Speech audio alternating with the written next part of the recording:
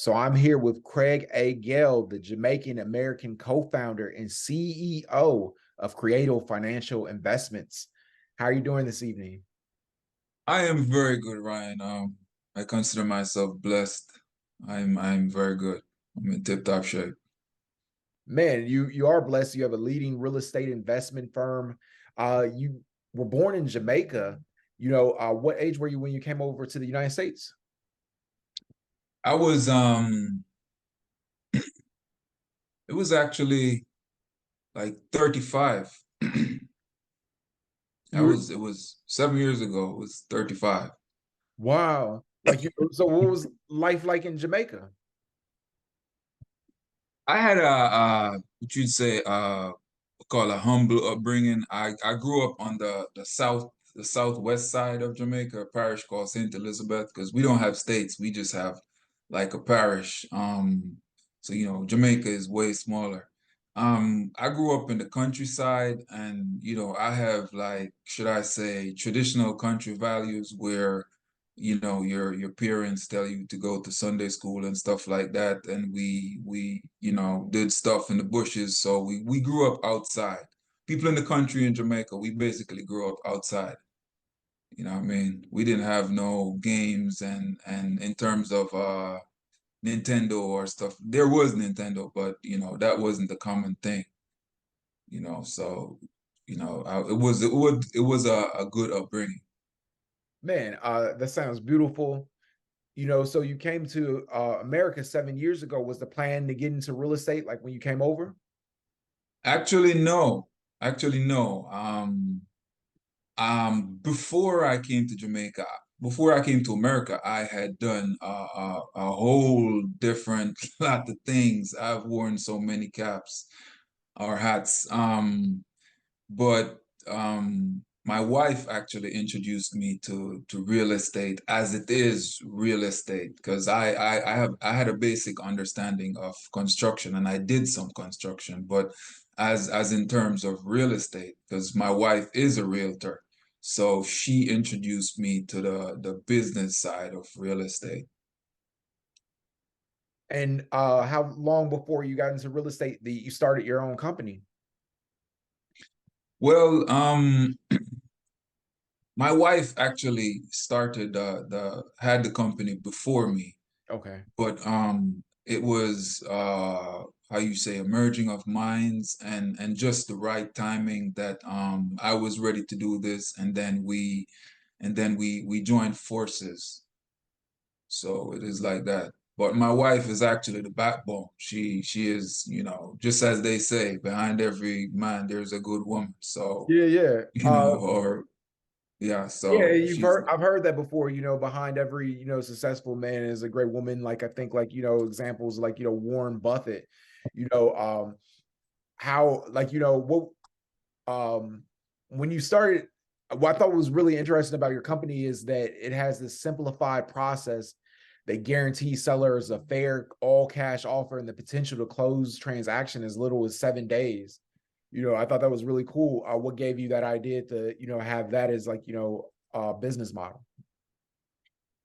well, my wife actually, she understood most things before she kind of, I had a basic idea, but she is the one who basically just handed it to me and showed me this is how it works, and this is like specific things, and not just it's just an idea out there. Like real estate was just, before, it was just like an idea. It seemed like a good idea, but now my wife introduced me to it, and as for the 7 days, it's like it's it's it's taking it off the regular real estate market where you would use an agent. So we kind of, I don't want to say cut through the fluff, but we it's it's um it's actually a proven model. We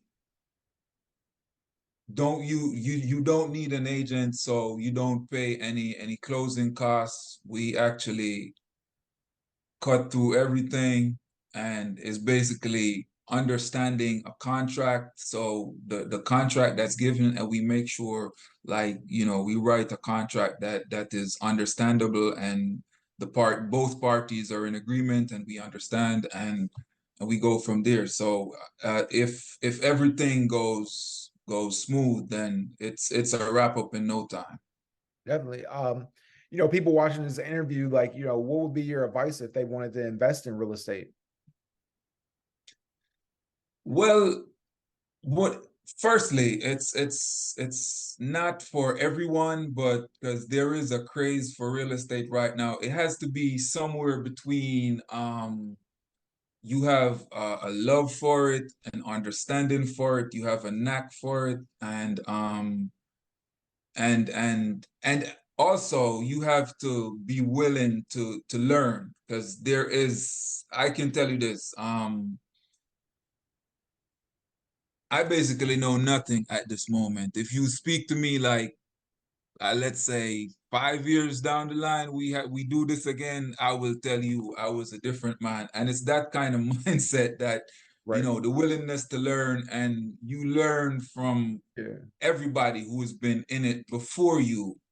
Everybody have a different way of doing things. Some things go, some things are outdated, things are done differently, but it's just a willingness to learn and understand from other people. Definitely. Is there any people, like, besides your wife, she seems like, she's really intelligent and knowledgeable about real estate, but like anybody like you look up to as far as in real estate to learn from or read books? Well, before I came to America, the when I heard the word real estate as it would do with America, there was only one name that I knew. Like, there are a lot of it was only Donald Trump. That's the only Okay. name I knew. That's the name that I associate with real estate before I came to America, and before I had any understanding of what, or sought to understand what it was. It was him. So there are a few people, their names don't readily come to mind right now, but there are people whose information is out there, and I should say, glean from some of them and try to get their perspective. There are a whole lot of people out there, man. There are a whole lot of people. The names that, man, I'm coming up short for names right now. One of those names in real estates is a Grant Cardone, and Oh, yes. like he basically, said that in a recent interview that America will become a renter nation. What are your thoughts about that comment? Well, the thing about that is how long and how much, or the percentage. But nah, I'm overthinking that. But I would say I don't see where I disagree with him, because owning a home is a responsibility, and not everybody wants that. You have to, it's like, typically you would have somebody do the lawn, you organize somebody to do the lawn, or you do it yourself. You have to paint, you have to do the plumbing, you have to there's a whole lot of things. It's owning a home is it is a responsibility, and not everyone wants that. And also, a younger generation that's coming up might not be influenced or have the same influences as the America of, let's say, 50 years ago, where the American dream was like, being a middle class citizen and owning a home and have the picket fence, and the 2.5 kids and the dog. That was the American dream back in the day. Now things have shifted where you can, and furthermore, the jobs with technology and technological jobs, even though the working from home thing has shifted, especially after COVID, Okay. but people still actually want to move. And one of the advantages of renting is you sign a lease for 6 months to a year, and after that you're clean. If if you're in a house, you don't want you kind of make a decision to live here for a while when you buy a house, as opposed to renting. My contract is up next year this time, so I decide whether I want to renew my lease or not, and I can just move. You can be in New York and you decide, you want to go to California, and you just go on the internet and you look, and there are a lot of apps that shows you like properties in a certain area and the price ranges. So it's like not everybody, even though it might be an advantage for most people, especially like people who are country minded, but the city minded people and the younger ones growing up now, they might not be for that, because living, people have different perspectives on life. You know, back in the day, one of the main perspective on life was taking roots. Now it might shift to where it's, instead of putting down roots, you take flights. So in that sense, I agree with Mr. Cardone. I can't disagree with him.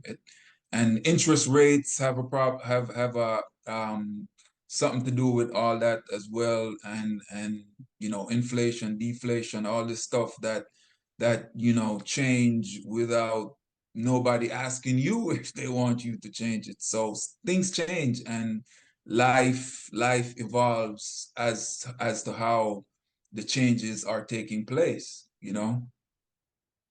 Uh, uh, you bring up an interesting point. You mentioned COVID, and I wanted to know, like, how did that affect the housing market? I've read things online where we're saying that it motivated more people to sell, and at premium prices. Like, would you say that was true or accurate? Well, there was a big shift, and it did. You Yes, you are right, because the interest rates were low at that time, so a whole lot of people were motivated to buy, sell, you know um, and people saw money on, or people saw value in their houses, and they sold, and people, you know, they didn't know how long this thing was going to last, so they wanted someplace, especially for working remotely and stuff like that. So COVID did change a whole lot. It changed the whole earth, man. Definitely. Uh, Craig Gayle, the CEO of Creative Financial Investments. What's next for you? well, we just want to uh, continue to grow, and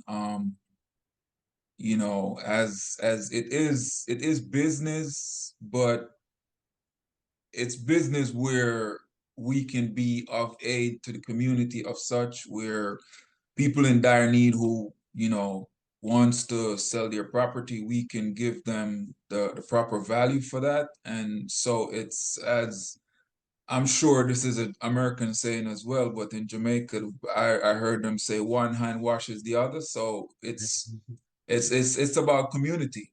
We just want to be able to help the community, whether the direct community that we live in or the larger community of the entire United States of America. We just want to be a part, and a bigger part, and be of more help. That's beautiful, Craig. Thank you so much for taking the time. I really appreciate you. My pleasure, my pleasure. Thanks for having me. Of course.